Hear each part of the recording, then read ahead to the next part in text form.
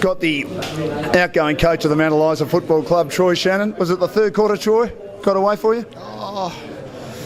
Look, I think it was. They were pretty dominant all game.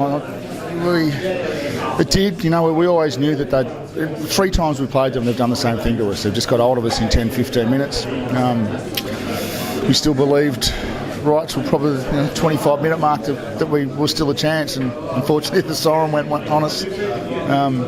But pretty proud of their effort. It's been a pretty big year for us. And I'm not certainly disappointed, but I'm not saying it's a past mark to get this far and not go all the way. But given we lost our captain early in the first quarter, yes, and carried 3 blokes with hips that were sore, so it's just hard to.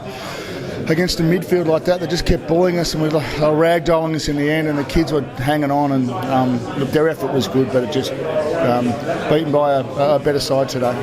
You had them on the outside there in the second quarter. I've seen a lot of footy, and I thought those young boys, if they can keep going, I reckon you had too much run for them. Well, that was obviously our plan, and obviously they would have tried to counteract that, which they did pretty well by just making stoppage after stoppage.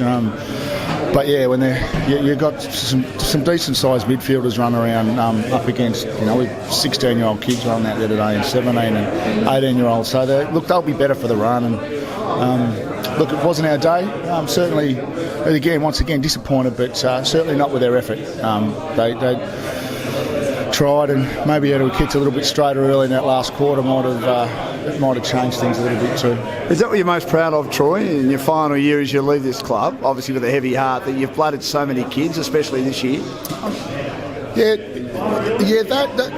That was the direction we took at the start of the year. Probably for mine was Mount Eliza Footy Club's always had a bit of a reputation for going out in straight sets and finals, and to be fair, don't worry, I coached against them and played them, and I was one of those guys, But in my time here in 3 years, we had a really good finals campaign my first year, and nearly won a flag, arguably against the best country footy side going around at the time.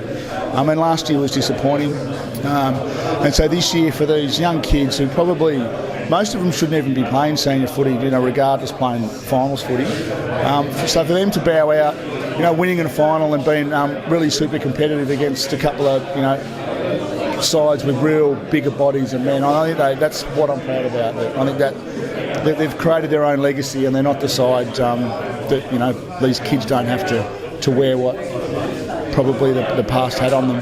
I heard your 3/4 time speech, and so did the coach, my cameraman, and we were keen to get out there and play. Did you feel like going out to play yourself because you inspired them? I mean, you didn't leave anything in the tank yourself, did you? No. As I said, that was with this group, and a young group, you pretty much need everything working for you. And you talk about momentum. As I said, we will probably play with 2 or 3 down today, and that didn't help. But every little bit counts. We needed a few decisions go our way. We needed a few of those goals to go in. And mate, if the coach can get 1% out of their players by screaming and carrying on, we'll so be it. But we did. They executed the plan we put together. We just couldn't get the job done. Great to win a final after, as you say, bowing out in straight sets the last couple of years. Reserves are in the grand final, under 19s in the grand final. As you move to WA, you do leave the club though in a pretty good state, I would have thought. Yeah, no, it is. It's which is something I wanted to do when I first got here, was to make a change and make sure that I left it in a pretty good place. And I'm certainly not a coach that comes in and sort of leaves and half the players leave with me. These guys actually don't necessarily play for the coach, they actually play for their jumper, and they're pretty proud. So I'd like to think that whoever takes over the job is going to have a pretty good 4 or 5 years with a pretty good group that are willing to learn, and I think they'll be pretty competitive for some time. Congratulations on what you achieved. Good luck in your move with you and your family to Western Australia. Really appreciate all the time you've given us on Game Face, Troy. Thanks very much. Good on you. Thanks, mate. Good on you.